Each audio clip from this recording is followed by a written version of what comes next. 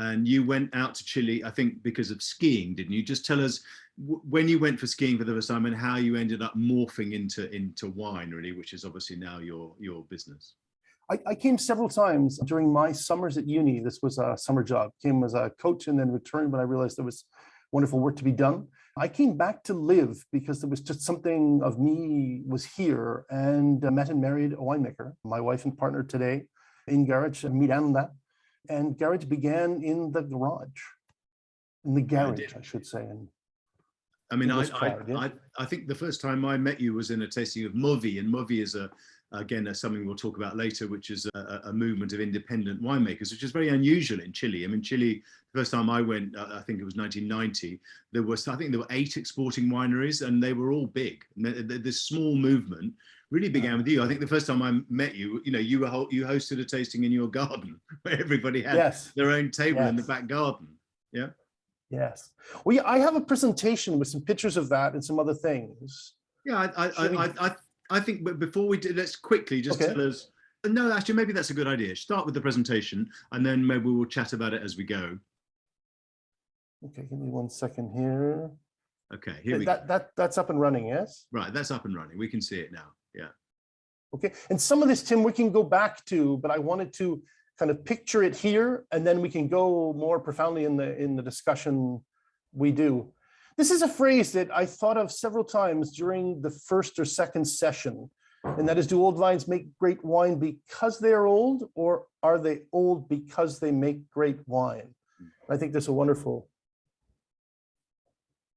something to that we should all keep in mind. When I thought of our conversation, the questions you sent me, what I thought was, how can this somehow become the beginnings of kind of a new playbook for old wine? That what can we glean from the experience with Vino, from the live experience with Revival, that others could use to help bolster old vines in general? You've just asked about the garage. This is 20 years ago this year. And the garage was a hobby, and it probably would have stayed a hobby. But when we had our little ones, one pictured there, my wife was offered a wonderful job in a perfume and flavorings company. So the garage became like a CV for her to step back into a job in wine, we thought, several years later. And then one day a Dane knocked on the door, and we began to export. Things have changed, but they haven't really changed. These are some pictures more modern day. You can see tanks there, like lagars, are kind of imitations of the old wooden tanks in the neighborhoods where we work in Maule. And these were literally welded by us because, as Tim was saying in the beginning, when we began, there was no small and Chilean wine. No one was interested. They didn't answer emails or telephone calls when you wanted 2 small tanks. They didn't know what to do with you.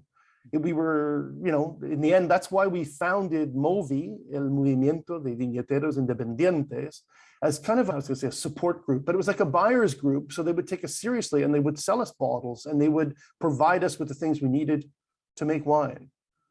I've got very few slides here, but I just thought it'd be good to put context. We are still very much a DIY operation. Not that we tow all the kilos back to the winery ourselves, but we have a trailer, and we still do a lot of small or micro pickings to achieve what we want to achieve, driving them ourselves.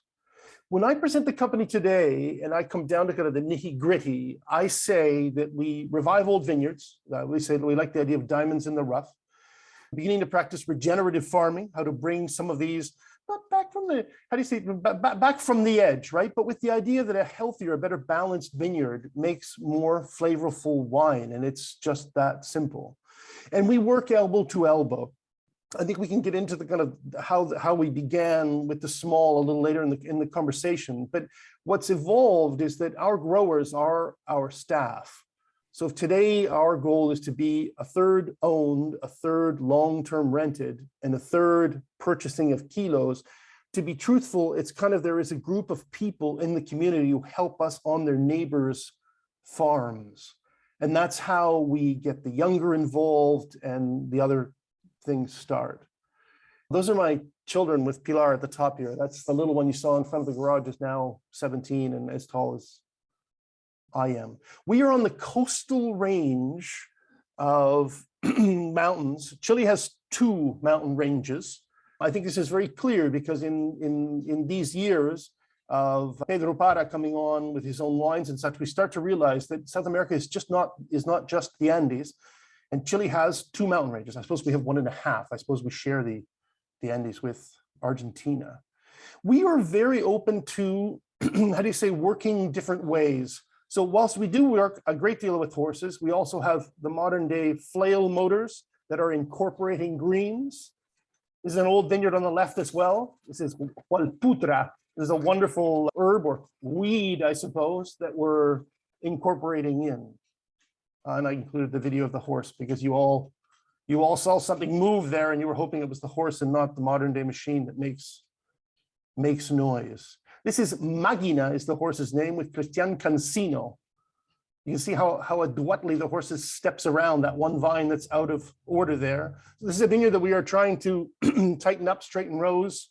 There's a section of Truquilemo in front of where we're used to working. These are our wines, and this is not a commercial presentation, but I show this in the center. You see a lot in the middle, which are the parcels, so vinos de parcela. For some reason, we'll get into, we started making kind of this mosaic, this kind of patchwork quilt of things that we bottled separately. And that has been a very key part of our journey into old vines and our commercial journey as well. That is 80% of what we do today. We do not have, how do you say, an entry level that we make at bulk and then make a few things in the upper, how do you say, triangle of the pyramid. We are mostly, the great majority, parcels. There's a few pictures of Vino here so we can talk about it afterwards without coming back to screen. The group has grown. Vino is a group of Carignan producers. We came together a decade ago, 10 years ago. We've grown from 10 or 12 to begin to 16 and strong today. You see the group has grown and grown gray as well, I feel.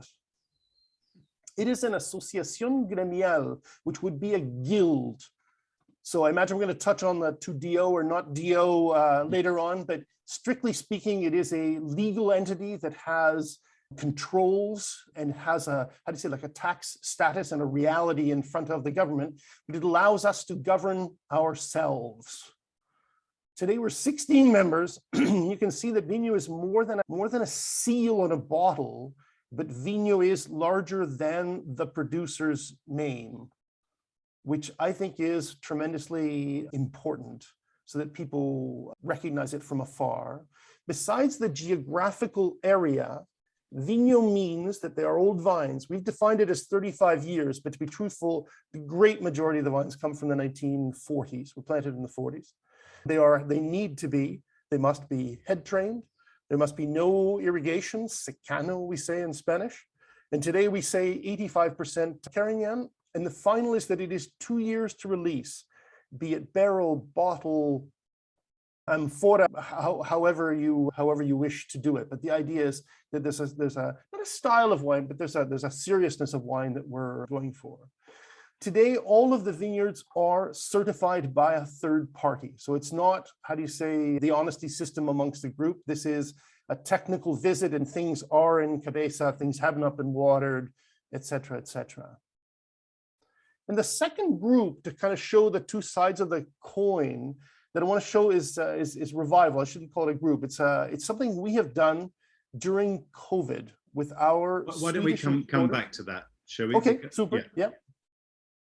Let me stop. Otherwise, we'll have nothing to talk about.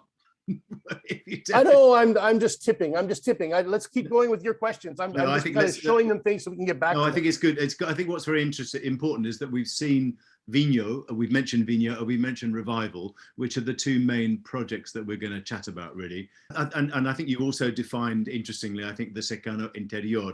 Maybe you should just tell us, you know, is there a northern, southern, eastern, western limit of the Secano Interior? Secano Interior is obviously the dry interior. Chile is a famously narrow country. So, I mean, is there an official definition of the Secano Interior?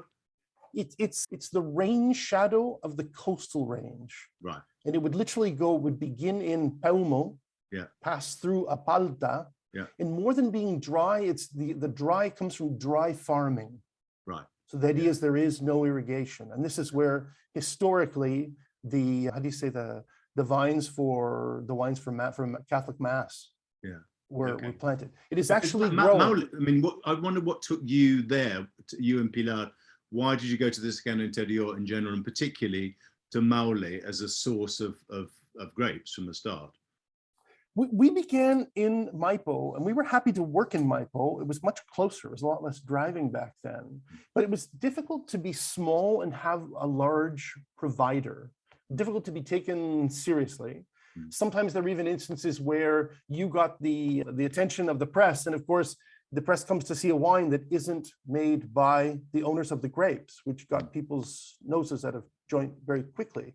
So what we were looking for was, how do you say, a grower that was more our size. We were looking for smaller, and that was in the south, and that was Old Vine, not by coincidence, by intrigue as well. We heard of Old Vine Malbec, we heard of Cariñena, but when we got to the south, what we realized very quickly is that they didn't call it Cariñena. You had to find it. They didn't have paperwork for Cariñena. What they had was, generally, when you stopped to taste with someone, the experience was already rare because I'm the Canadian at the side of the road. And why would you want to, why do you want to taste this and taste that? This is what I have for sale. But they'd have 3 or 4 foudres, and the final foudre, they wanted luca mas, 1,000 pesos more, because they had to hold on to that, in their words, for a second winter, which meant it was Cariñena indirectly because it didn't finish malolactic in the first, how do you say, winter. Yeah. So it wasn't drinkable the following spring. And then it was, let's go and have a look at the farm. And a conversation began, which is why when I arrived to sell the wines in the first times in the UK, and I heard everyone talking about how many months of oak their wines had, I smiled and said, my wines have 2 winters. And they said, what does that mean? And of course, then a conversation started, and you had something more intriguing around this odd little bottle of Cariñena that you had on the table. I mean, let's try and get a definition of old vines. In Chile, is there an official definition? Is it, I mean, you're saying for Vino, it's what, over 35 years? Over 35, because we wanted to be a little more open. Yeah. But in truth, Cariñena is mostly, I mean, it's spread across the Maule in the 1940s. Yeah.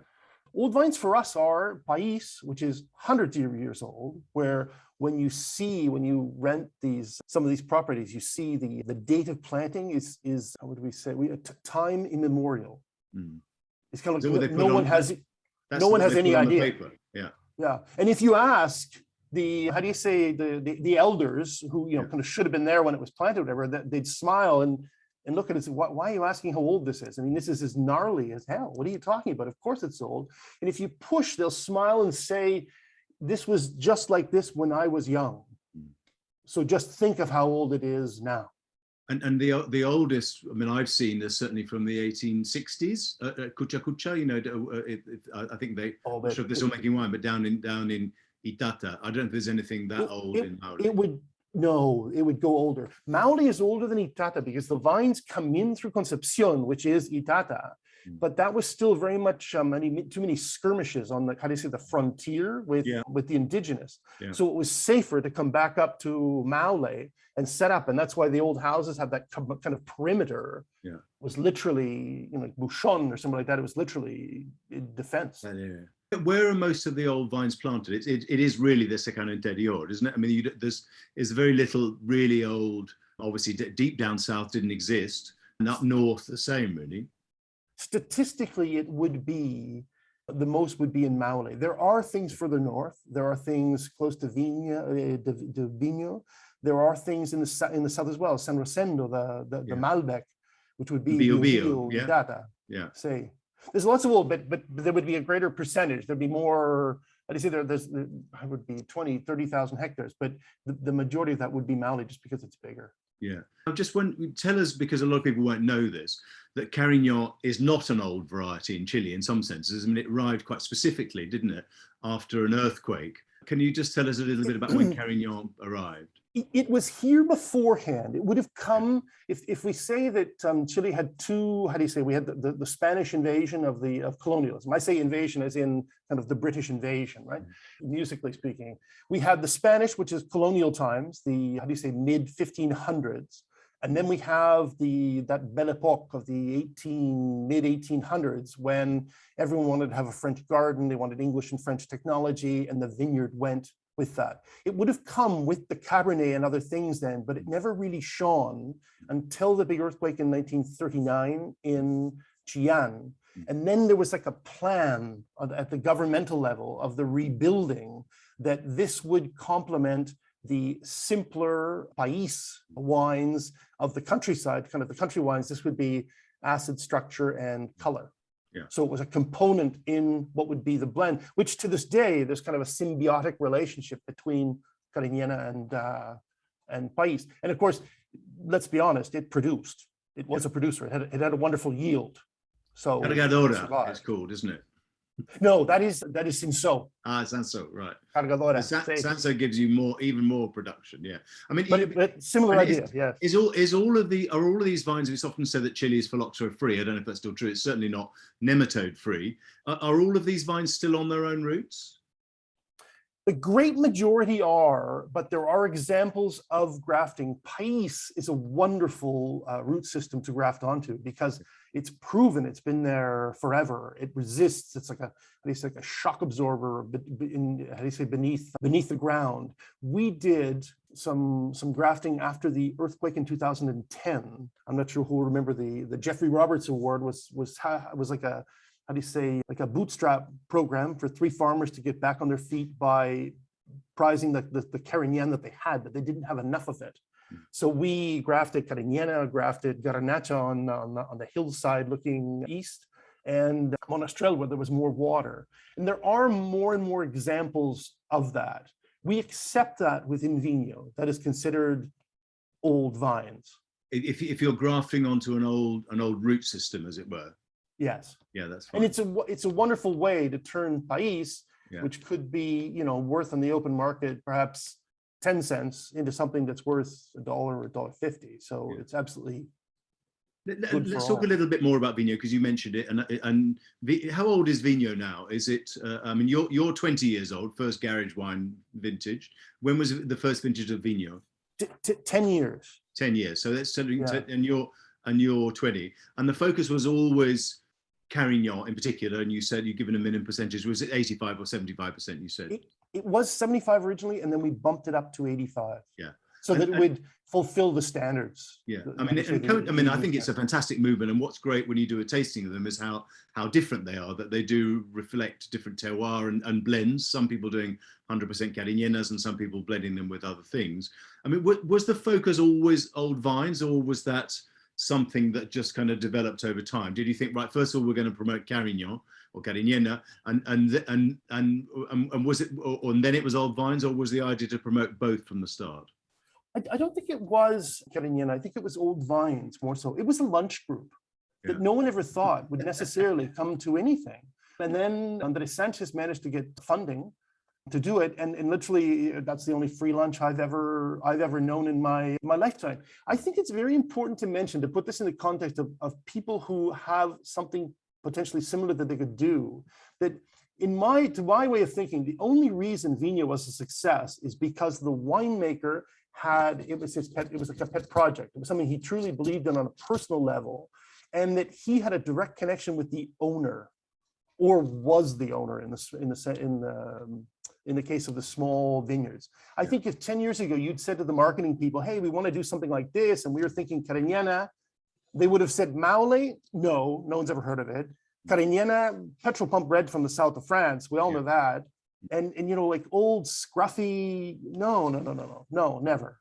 And it was only because the winemaker had this special relationship with direct to the ownership that worked. And I think, nothing against kind of the other sides of wineries, but I think winemakers, we have to realize this is up to us.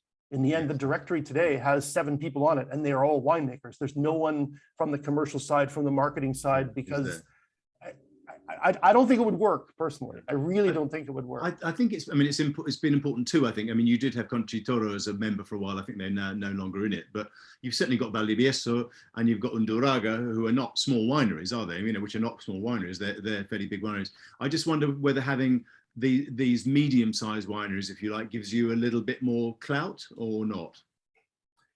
To be quite honest, you can go back and forth on that. There were those who figured we should, fast track Conchitoro when it came in, and those who said, no. They're just like anyone else, and that just kind of takes us a different way. I think this is something that, this is perhaps the first example in Chilean, how do you say, commercializing of wine, that it's land, not brand. Yeah, so like to that. me, it was not a bad thing. If Concitoro really did an analysis, or whoever their McKinsey people did an analysis and said too many SKUs, I find that sad. Yeah. I find that sad for the shareholders of Concitoro, to be honest, because clearly they missed something. Yeah. I mean, I think if Sarah's watching, I think land not brand is a very good thing. I'm stealing everything. I'm stealing so many nuggets from from Derek. But you know, you're actually a fantastic marketer, even though you're kind of just brand. Listen, okay, listen, we've talked about Carignan, and we did mention, you probably saw in passing, Revival. We'll come on to that in a minute. I just wanted to talk a little bit more about Pais, because you've already mentioned that, and it's a much older variety than Carignan, you know, or Carignana, that it came with the Spaniards. I mean, Pais is the original New World grape, really. It's Listan Prieto, obviously, and yet the antiquity didn't translate into a good image, did it really? Can you tell us a bit more about the kind of Pipeño tradition and how you guys have drawn on that, in a sense? Pipeño, we say for the country wines, that of course would have been kind of poo-pooed when the kind of the modern, how do you say, work of the Canadian, sorry, of the Chileans putting Merlot on the English shelves, kind of the modern industry, we say here. We all cringe when you hear the word. But it didn't fit into that, because that wasn't a world style. It wasn't considered a fine variety. Pais still cannot be labeled Maule. It has to be labeled Secano Interior. Ours is Cauquenes, because that's the traditional town closest to. But there's why can't you label it as Maule? Because it's not, Pais is not considered a fine variety. Interesting. It is vinifera. Yeah. Which we think is great. My personal opinion, if I could sell our Cariñanas as Secano Interior, Empedrado, the fresher piece, I would do it in a minute, but many people would have a conniption. But I mean, I think it would be good for all. Yeah, I mean, most of the oldest vines in Chile would be Pais or maybe Moscatel, which were the two original. Yes, which came together. They were raisins. And they were for the wines for Catholic Mass. So when we say homesteading in English, when you were granted lands, you had to farm the land, you had to build a house on the land, and you had to provide wine for the, how do you say, the missionaries who were continuing saving souls further south in Chile. So your deed depended upon your making sure that vineyard produced something every year. It was interesting talking to people who studied winemaking in Chile. Pilar probably would say this as well, that when the kind of French boom started, I mean the modern French boom, you know, and Chile in the early 90s, really, the teaching in university was, don't even think about grape varieties like Pais or Moscatel or Carignana, because they're not interesting. You know, think about Cabernet, Sauvignon, you know, I don't know, Sauvignon Blanc, Chardonnay, Merlot. I mean, they hadn't identified Carmenere then as what it was. You know, has with this old vine renaissance, is there more attention being paid to those, what we might call those heritage grape varieties? I think there is. I think you see many of the larger players have a line of wines that is of old vines, and I think that's an important element of it. I think you hit up on something very interesting, that there's a generation there that have had to unlearn things, which of course takes a lot more time than learning them. I think we'd be remiss if we didn't say that the first document of of Pais in Chile is one of these tax situations where someone had to be sure that they were being recognized as providing the wine. It's from 1548. Wow. And if you think about that for a second, Michelangelo's still, you know, the Sistine Chapel is finished, but he's still painting ceilings in the Vatican. King Henry VIII died the year before. I mean, that's a long time ago. And what you have to realize, it's not that the vineyard still exists from then, because they've all been layered, right? We say mugron. They've all been kind of rejuvenated over the years, but many of them are hundreds of years old. And I think the important part there, if we want to get to the technical part at the end, is that it's the root system that is the value. This is a situation of the iceberg. What we see on top, what the photographer loves to take a picture of, with this kind of Hanukkah candle, beautiful approach, is not the point. When you graft, you normally you literally take a chainsaw at the level of the earth, and you put 3 or 4 POAs on, and the energy that comes out of some of these plants. And when the POAs don't work, when the cariñena or whatever you're doing does not take, the energy that comes around is so tremendous that you don't actually lose the plant, which is the root structure, because it doesn't have, how do you say, it doesn't have oxygen. It's not oxidizing. It's beneath the earth, and they can last forever. I just think before we go on to talk a bit more, maybe we should talk about revival now. I mean, because revival is pretty much Pais focused, isn't it? Yes. Can we show a couple of the before and after? Yeah, absolutely. I was going to say, how do you revive an old vineyard? Because you showed me that last year. I remember when we were doing a Zoom call, you were standing in the vineyard and you said, "Hey, this is a vineyard. This is how it looked when we took over, and this is what it looks like now." Yeah. So there's a before and an after. I should preface this. This was literally done because a couple of people in our group, in our posse, got in a van to take advantage of some work offered closer to Cauquenes. In that van, they were sharing with other people, and someone got ill. And the idea was, this is crazy. We should do something in their backyard so that they can be in their, how do you say, in their bubbles. Yeah. So I reached out and convinced our Swiss importer, and then our English importer, Freshnet Kopstik, came in to help out as well. So here we are walking. Oh, I have to sound here, if this is the video I'm thinking it is. That's a vineyard. And you can see the plants there. You can see there's green, but there's a lot of dead wood. The shrubberies are taken in. Tell us how abandoned that was, Derek. When did it last make a wine, as it were? People would have been taking fruit off of that to do something in their, back stoop. But this one section, literally after the 2017, after the fires came through, no more. But it had been abandoned for 10 years at least before that.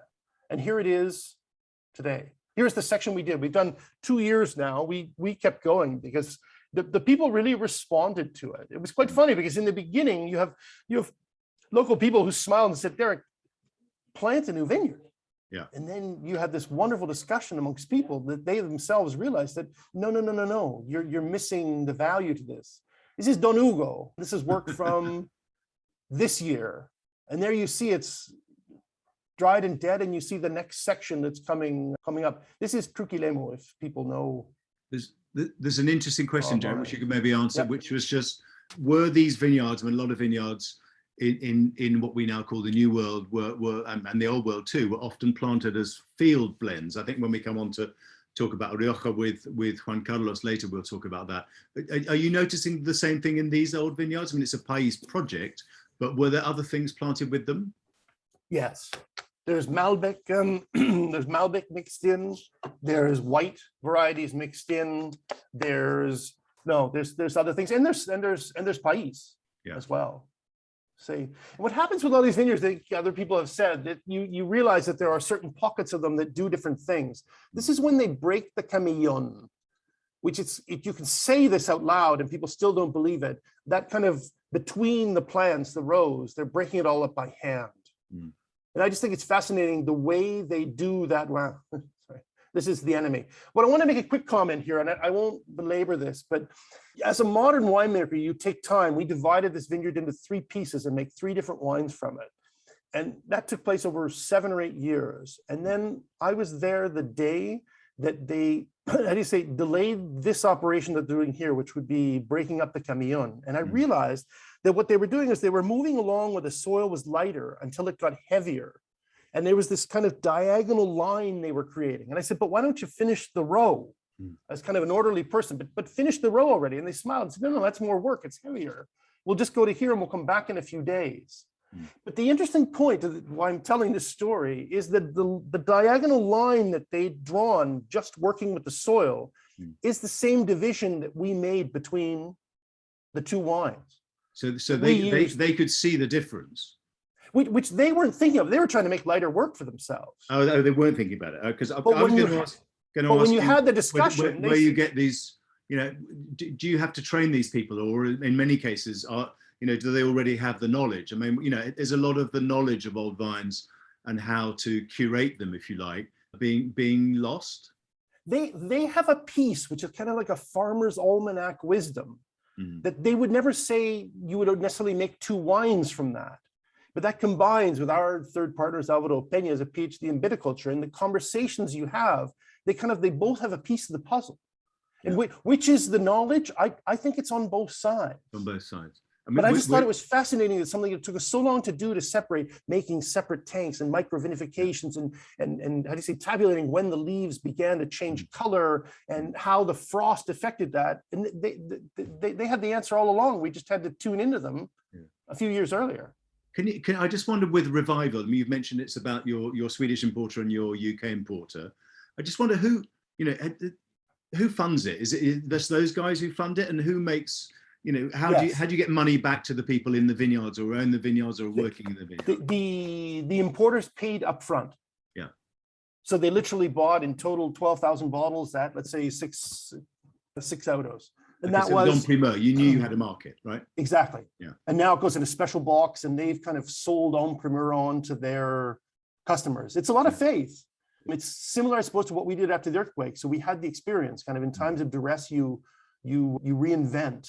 Yeah. It's kind of when that transformational thinking comes in instead of the incremental, because you're in a tight spot. How do I get out of here? And that will continue now. Well, the Revival project has revived vineyards. I mean, somebody asked a question, which was, how long does it take to revive a vineyard? I mean, is that a couple of years? Do you need to bring it back to life?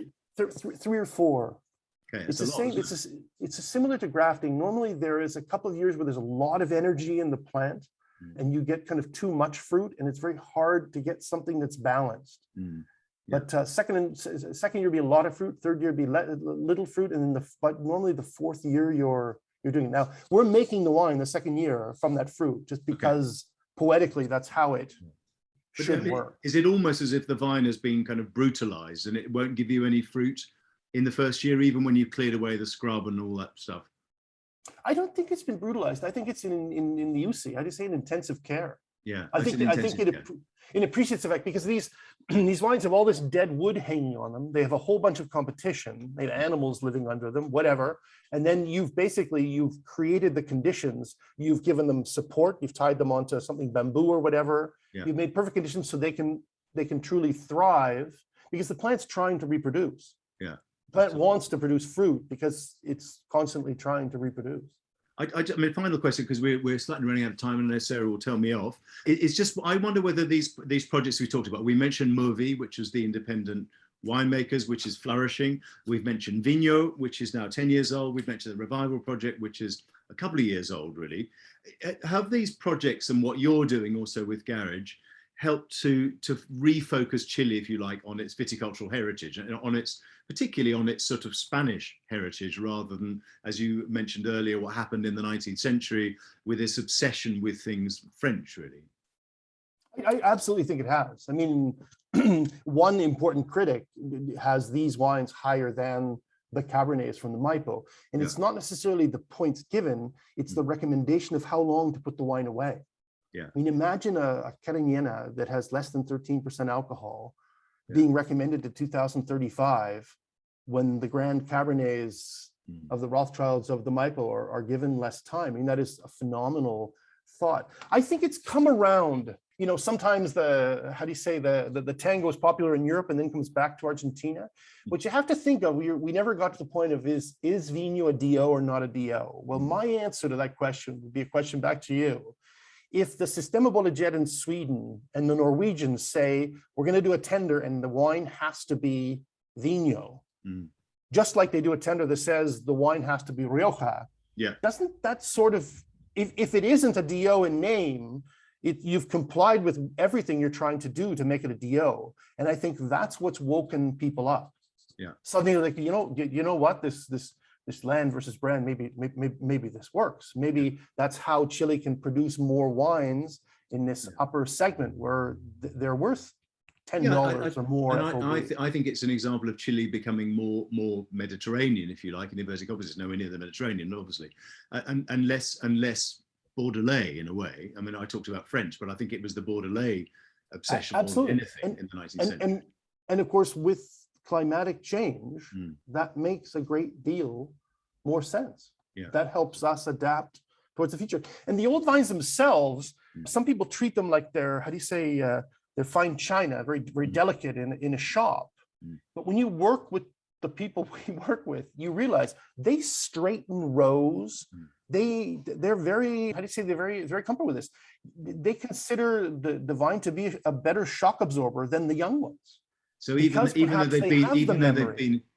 they've been in intensive care, to use your metaphor, you can still, you can move them around a bit. They're still flexible in a sense. No, absolutely. I doing yoga and intensive care, maybe. I remember a visit with Californians where someone was twisting something about it and getting it straight so that the row could be taken better care of, and they cringed. They said, and the Chilean, of course, starts bending it to for effect. They said, no, this is fine. The value's down here. This'll bend. But I think the idea of these old plants being better able to respond to, how do you say, to frosts, we'd say in English, and things like that. We don't often think of that. We think of very delicate elderly people that we have to take care of. Well, then perhaps maybe it's time to get rid of some of the dead wood and come back to a center, back to a bush vine, instead of having so many wonderful things. Leave one near the gate for the photographers to see as they come in. Just like when we turn the pupitre and the champagne, we all know that's the one they always turn, but don't touch the others, sort of thing. But I like that idea of old vines, because with something old, particularly in human terms, we think of as somebody being fragile. But in a sense, you're saying that old vines are robust, yeah? I mean, not only do they have the wisdom and these deep root systems at their best, obviously, but they're not fragile, really, yeah? No, and in how do you say, the locals say that old vines drink deep. Yeah. So they have access. They're not affected by what's going on this year. Fantastic. Good. Okay. Well, listen, I think there's lots of stuff to talk about. Sarah, I'm sure you're going to take over for a second and come in with any other questions or some comments from you. Derek, thank you. Brilliant.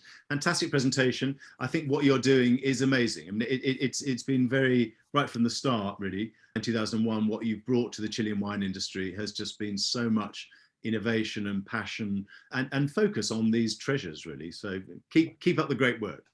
Thank you.